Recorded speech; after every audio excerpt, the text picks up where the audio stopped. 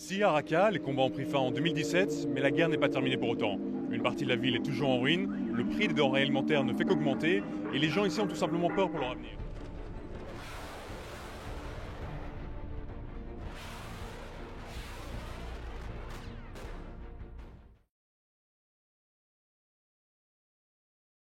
Mon conseil à de jeunes journalistes qui voudraient faire du reportage de guerre, ce serait, premièrement, d'être certain de vouloir le faire pour les bonnes raisons. On ne fait pas ce métier-là pour l'excitation et l'adrénaline et pour être cool et célèbre. Et aussi réaliser qu'en fait, c'est pas aussi compliqué que ça en a l'air.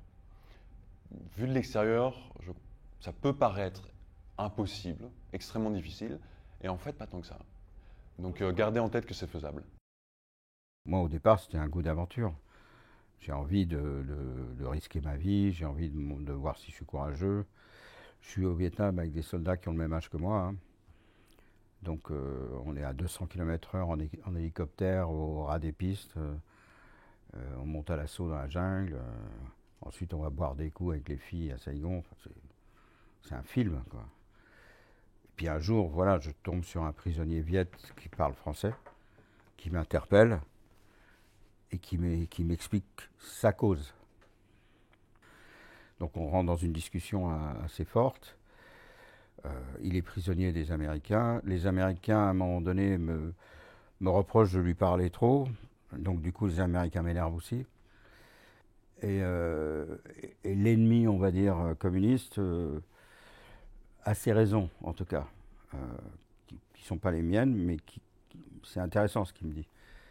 Et je me sens très seul, en fait, d'un seul coup. Je suis journaliste, en fait. Je viens de comprendre que j'étais journaliste. Quand je vais en Afghanistan dans un village pro-taliban, eh ben, je vais écrire quelque chose presque d'empathique parce que cette perspective-là est intéressante. Pourquoi est-ce que ces gens, pendant 20 ans, ont soutenu les talibans et se félicitent du retour pour les talibans? Je trouve ça super intéressant. Forcément, c'est pas mes valeurs, c'est pas mes opinions, mais je trouve ça super intéressant. Et ça sort pas de nulle part, c'est pas des psychopathes, c'est pas des gens d'une cruauté infinie, non, c'est juste des gens normaux. Et ça m'intéresse de les comprendre.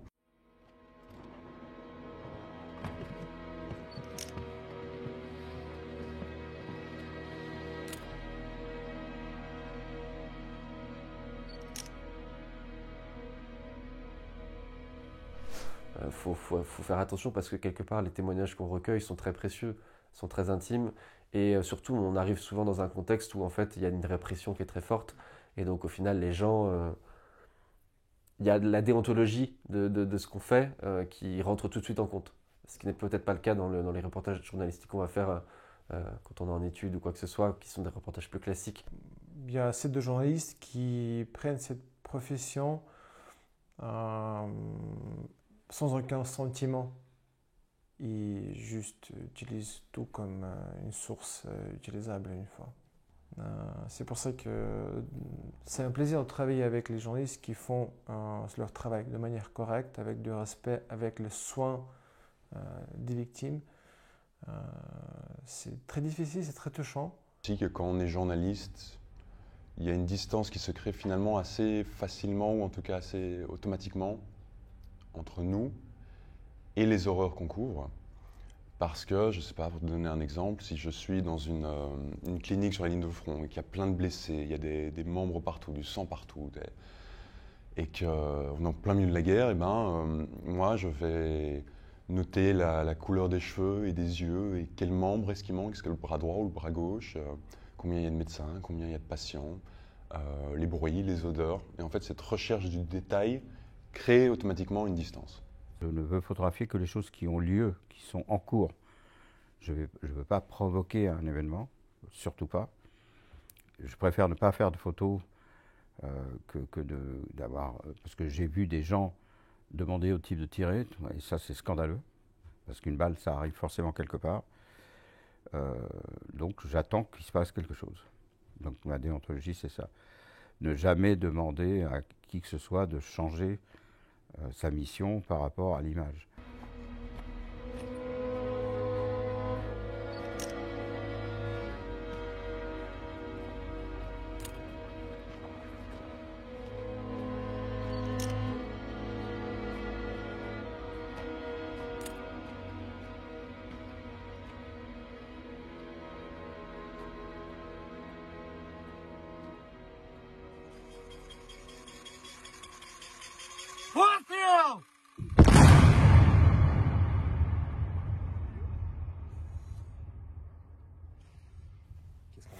C'était pas facile. Aujourd'hui, c'est avec un sourire, tu te souviens de cela, parce que c'est l'humour qui te protège ta psychologie, mais en fait, c'était vraiment tremblant. C'est les mains qui tremblent, mais tu prends un souffle, vous rassemblez, vous réfléchissez quoi faire. Déjà, parce que le but numéro 1, c'était de ne pas être pris dans les mains du Russe.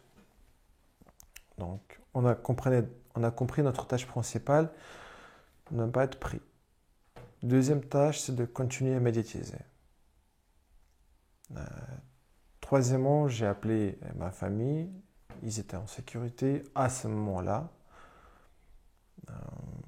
C'était à Kiev. Je pensais que Kiev, ça allait être difficile à prendre. Ça a été le cas, c'était difficile.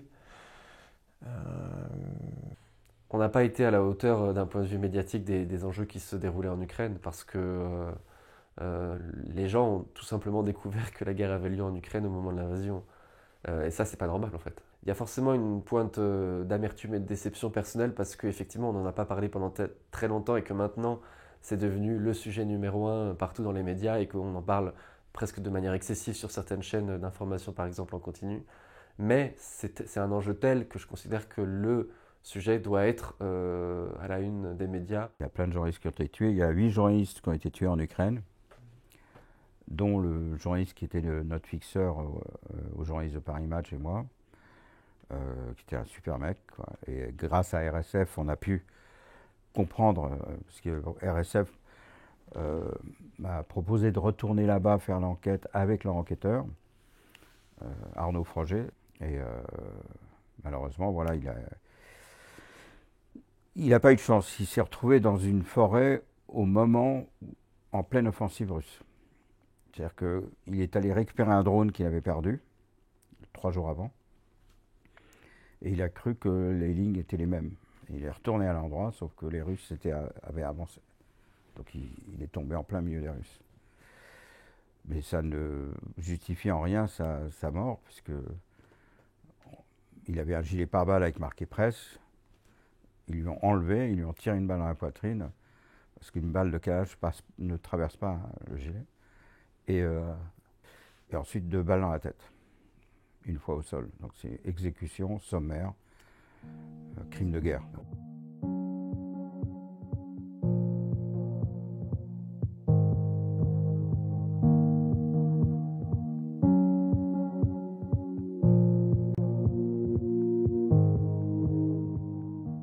Quand on est un jeune journaliste et qu'on part couvrir la guerre, quelque part, on se dit qu'on est conscient des risques qu'on va prendre. On sait qu'on peut on peut être capturé, on peut être emprisonné, on peut être blessé. Mais c'est des risques au final dont moi je me suis rendu compte qu'on n'en est jamais vraiment conscient avant de les avoir vécus. Et souvent, le fait d'être emprisonné, d'être pris en otage, d'être blessé, c'est des choses qui mettent fin presque au terrain. Je veux dire, il y a très peu de journalistes qui sont blessés, qui repartent ensuite sur des zones de guerre, tout comme il y en a très peu qui ont été otages, qui sont repartis sur des zones de guerre, ou en tout cas pas de la même manière. Forcément, dans une situation extrême, les sentiments sont extrêmes. Donc l'amitié va très vite. La guerre est un révélateur de tout, de ce qu'il y a de pire et de ce qu'il y a de mieux dans l'homme. Donc il n'y a pas de zone grise. Un type qui va vous trahir à la guerre, les conséquences sont immédiates. Donc la guerre révèle les choses. Et on voit tout de suite si le type est un Rambo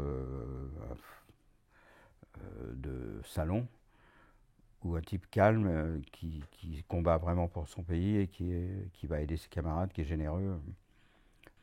Je le vois, quand il n'y a plus rien à bouffer, il y a des gens qui coupent leur morceau de pain en 4 et d'autres qui mangent en cachette. Et la guerre, ça se voit tout de suite.